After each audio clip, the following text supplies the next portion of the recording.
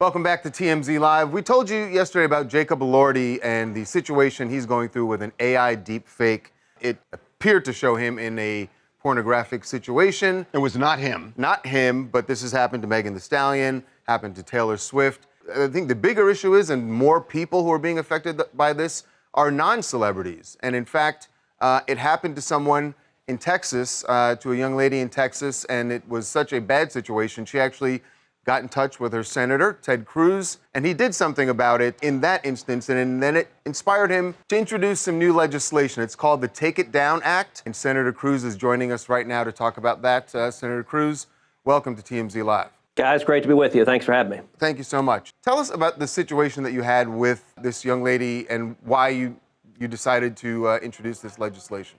Well, look, this is a growing problem that is happening all over the country, and thousands of young people, particularly teenage girls, are being targeted. In Texas, this one teenage girl, Elliston Barry is her name. She was 14 years old. She lives in Alito, Texas, which is in North Texas, just outside Fort Worth. One Monday morning, she was in 9th grade. She was getting ready for school, and suddenly her phone blew up. She started getting phone calls and texts from her friends.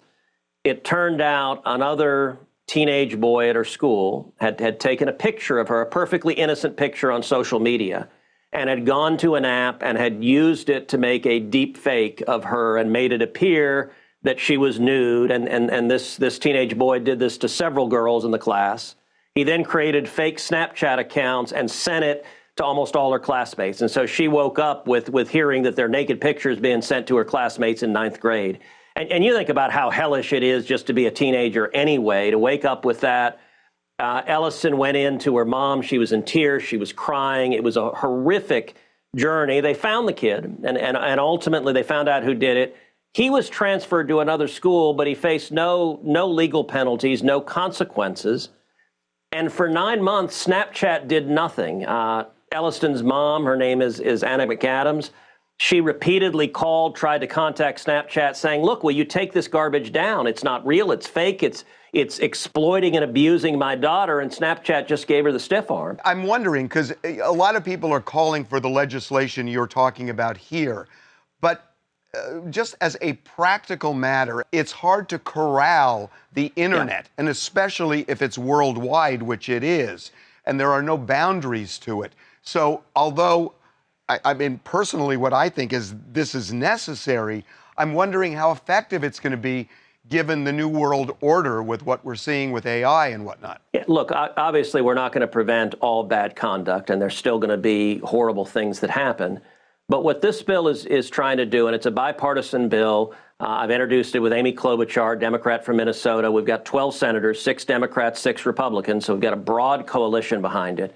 It does two things. Number one, it makes it a crime to post or share non-consensual intimate images, and whether it is an actual image that was taken consensually but you didn't agree to have it posted to the world, or whether it's a deep fake that was made without your knowledge entirely, it makes it a criminal offense to post it.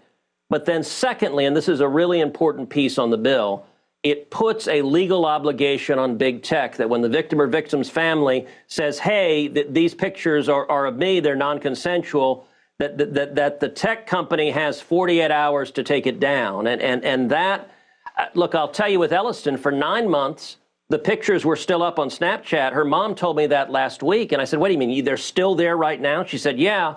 I told my staff right then, I said, all right, get on the phone with Snapchat right now. If need be, put me on the phone with the CEO. Let's get this taken down immediately.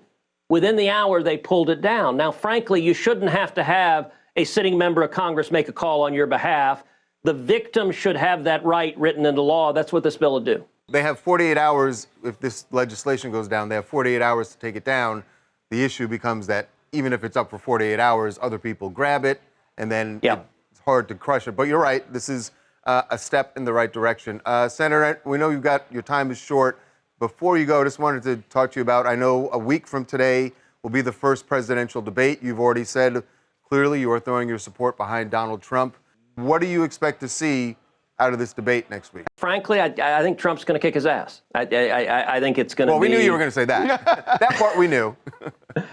Look, I think Joe Biden, unfortunately, I think his mental abilities have really, he's facing dementia, and it really is sad to see.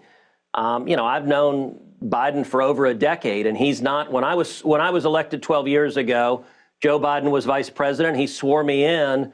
The man who's in the White House today is not remotely the same person that I knew 12 years ago. Finally, we got to know, who has the inside track for Trump's running mate? I have no clue, although my prediction, and this is actually in your wheelhouse. So I think it's going to be, and it already is, a giant apprentice game where Trump's going to kind of dangle it with lots of people. And at some point, he may point at someone and say, you're fired. And I expect we'll learn right at or right before the convention. And I imagine there'll be some drama, a little bit like LeBron announcing whether he was going to Miami or not. I expect that kind of same sort of thing. Do you think he's made the decision himself yet?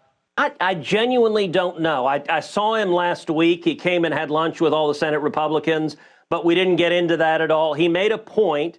There are kind of three folks who've been widely reported to be on the short list in the Senate. And so you have Tim Scott and Marco Rubio and J.D. Vance. And he made a point of kind of giving some love and a shout out to all three of them. But I think he's deliberately keeping his cards close to his vest. And I will say, he tends to make decisions, with his gut. So my guess is he has not decided yet, but I genuinely don't know. All right. Thank you so much for being with us, Senator. We appreciate it. Thank you, Senator. Appreciate it. Thanks, guys.